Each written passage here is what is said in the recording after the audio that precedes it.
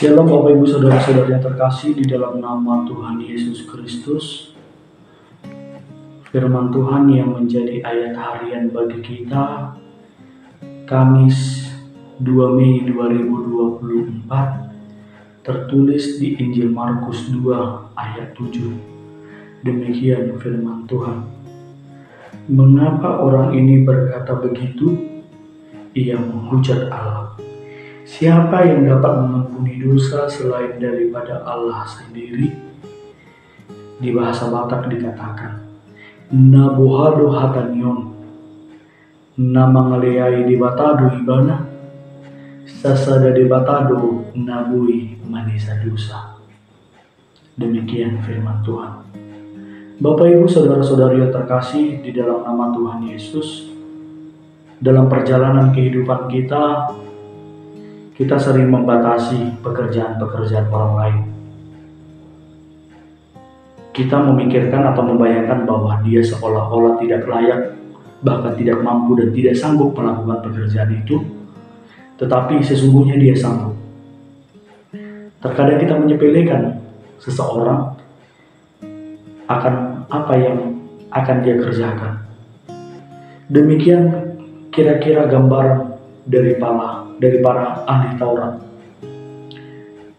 Mereka menyatakan bahwasanya Yesus menghujat Allah. Mengapa ahli Taurat mengatakan bahwa Yesus menghujat Allah? Karena dari pernyataan Yesus yang menyatakan kepada orang lumpuh itu yang datang kepada Yesus dari imannya untuk mendapatkan kesembuhan, dan ketika dia berjumpa dengan Yesus, Yesus mengatakan bahwa imanmu telah menyelamatkan. Dan Yesus telah menyatakan bahwasanya dosamu telah diampuni. Di perkataan Yesus mengatakan dosamu telah diampuni, membuat ahli Taurat menyatakan bahwasanya pernyataan itu adalah bagian dari penghujatan Allah, karena di pikiran mereka pengampunan adalah milik Allah. Nah, di dalam firman Tuhan hari ini kita melihat bahwasanya ahli Taurat gagal mengenali kehadiran Yesus sebagai Mesias yang akan menyelamatkan manusia dari keberdosaan, yang akan mengampuni manusia dari segala keberdosaan. Di perjalanan kehidupan kita terkadang kita membatasi kuasa-kuasa Allah. Kita gagal mengetahui rencana-rencana Allah yang akan terjadi di dalam kehidupan kita, sehingga kita menyepelekan kuasa Allah itu. Maka melalui firman Tuhan hari ini, kita diajarkan bahwasanya kita supaya semakin mengenal Allah lebih dekat dan lebih dalam lagi. Karena dengan iman dan pengenalan kita terhadap Allah dan terhadap Mesias dan bahkan terhadap Yesus Kristus akan mempengaruhi penerimaan kita.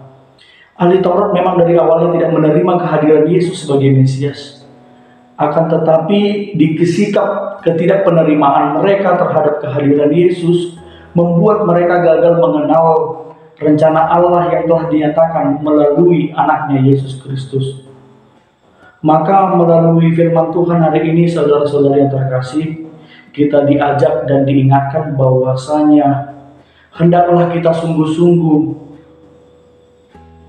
mengenal, hendaklah kita sungguh-sungguh beriman terhadap Allah.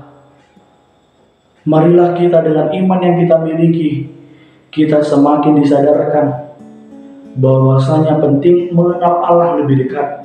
Dan dengan mengenal Allah lebih dekat, mengenal Yesus lebih dekat, maka kita semakin menyadari dan merasakan bahwa apa yang akan terjadi dan yang telah terjadi di dalam kehidupan kita adalah bagian dari rencana Tuhan yang telah dinyatakan untuk menunjukkan kemahakuasaan atau kebaikan Allah di tengah-tengah kehidupan kita.